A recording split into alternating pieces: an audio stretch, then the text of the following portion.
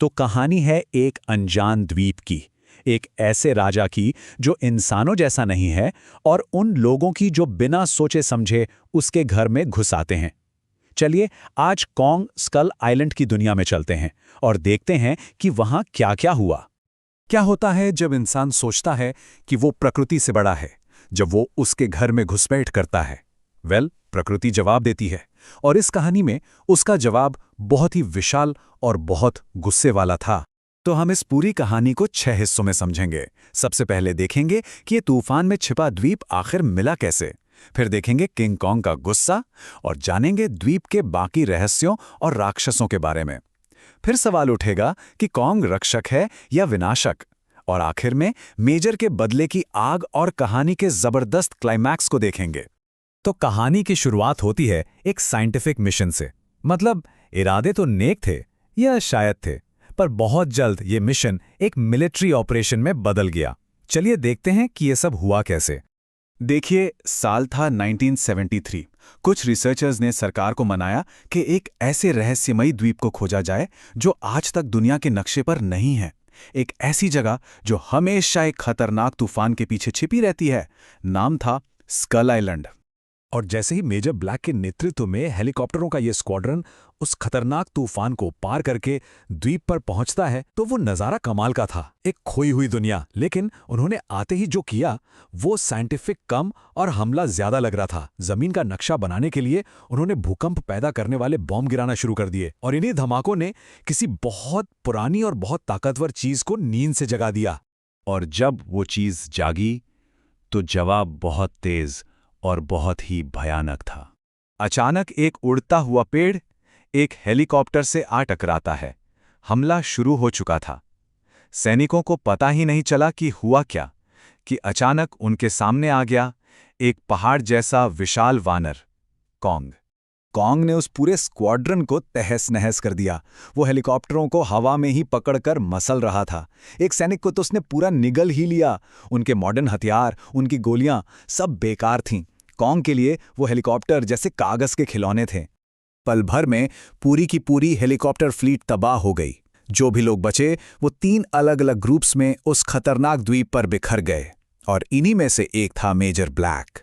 अपने सैनिकों को मरता देख उसका मिशन अब पर्सनल हो गया था। उसने कसम खा ली कि वो कॉन्ग को खत्म करके रहेगा। अब द्वीप पर फंसे इन लोगों को धीरे धीरे एहसास होता है कि उनकी सबसे बड़ी मुसीबत कॉन्ग नहीं है। असल में कॉन्ग तो इस द्वीप के कई विशाल और खतरनाक जीवों में से बस एक है। ये द्वीप तो जैसे एक जानलेवा दुनिया थी। यहाँ एक विशाल शांत दिखने वाली भैंस भी है, तो बांस जैसे नुकीले पैरों वाली एक भयानक मकड़ी भी, एक ऐसा कीड़ा जो एक गिरे हुए पेड़ के तने जैसा दिखता है और अचानक हमला कर देता है। यहाँ तक कि एक विशाल ऑक्टोपस भी कॉन्ग पर हमला कर देता है। मतलब हर कदम पर मौत का खतरा। लेकिन फिर कहानी में एक मोड़ आता है। बचे हुए लोगों का एक ग्रुप द्वीप के मूल निवासियों से मिलता है, और साथ ही एक ऐसे इंसान से जो इस जगह के सारे राज जानता है। ये आदमी एक अमेरिकन पायलट है जो दूसरे विश्व युद्ध के टाइम यानी 28 साल पहले यहाँ क्रैश हुआ था, और तब से वो यहीं रह रहा है, यहाँ की इवी जनजाति के साथ जो कभी बात नहीं करती। और इसी पायलट से उन्हें वो सच्चाई पता चलती है जो सब कुछ बदल देती है। ये कि यहाँ के लोग कॉन्ग को कोई राक्षस नहीं बल्कि अपना भगवान, अपना रक्षक मानते हैं। तो अब देखिए पर्सपेक्टिव कैसे बदलता है। जिन सैनिकों के लिए कॉन्ग एक जानलेवा राक्षस था, वो असल में इस द्वीप का अकेला गार्डियन है। एक अकेला देवता जो इन लोगों को किसी बड़ी बुराई से बचाता है। कॉन्ग यहाँ का विलन नहीं, हीरो है। और वो बड़ी बुराई, वो हैं स्कल क्रॉलर्स, जमीन के नीचे रहने वाले खूंखार रेप्टाइल्स। और सैनिकों ने जो बम गिराए थे, उन्होंने सिर्फ कॉन्ग को ही गुस्सा नहीं दिलाया, बल्कि इन असली राक्षसों को भी जमीन के नीचे से जगा दिया। अब ये सब जानने के बाद भी मेजर ब्लैक पर कोई असर नहीं होता। वो बदले की आग में इतना अंधा हो चुका है कि उसे बस एक ही चीज दिखती है, कॉन्ग की मौत। और यहीं पर इंसानों की टीम भी टूट जाती है। एक ग्रुप अब कॉन्ग की मदद करना चाहता है, जबकि मेजर ब्लैक और उसके सैनिक उसे मारने पर तुले हुए हैं। लड़ाई अब सिर्फ कॉन्ग से नहीं बल्कि इंसानों के बीच भी शुरू हो चुकी है। मेजर ब्लैक एक खतरनाक जाल बिछाता है।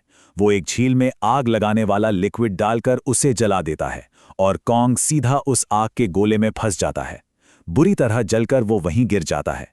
एक पल को लगता है कि मेजर जीत गया, लेकिन जैसे ही मेजर कॉन्ग को खत्म करने वाला होता है, जमीन फट जाती है और उसमें से बाहर निकलता है द्वीप का सबसे बड़ा राक्षस अल्फा स्कल क्रॉलर। वो उस घायल राजा को चैलेंज करने आया है। अब शुरू होता है फाइनल शोडाउन और कॉन्ग घायल होने के बाद भी कमाल की समझदारी से लड़ता है। वो एक बड़े से पेड़ को गदा बना लेता है, एक जहाज के प्रोपेलर और चेन को अपना हथियार बना लेता है। वो स्कल क्रॉलर को फंसाता है और आखिर में उसकी जबान खींचकर एक ही झटके में काम तमाम कर देता है। और इस पूरी लड़ाई के बीच एक कमाल की चीज होती है। अपनी जान बचाने की जंग लड़ते हुए भी कॉन्ग एक पल के लिए रुकता है, सिर्फ एक इंसान को स्कल क्रॉलर के हमले से बचाने के लिए। इससे पता चलता है कि वो सच में एक रक्षक है। तो सबसे बड़े राक्षस के मारे जाने के बाद बचे खुचे इंसान द्वीप से निकल जाते हैं और किंग कॉन्ग एक बार फिर अपने सिंहासन पर वापस आ जाता है, इस द्वीप का अकेला राजा, अकेला रक्षक। तो अब ये सोचने वाली बात है कि इस पूरी कहानी का असली मॉन्स्टर कौन था?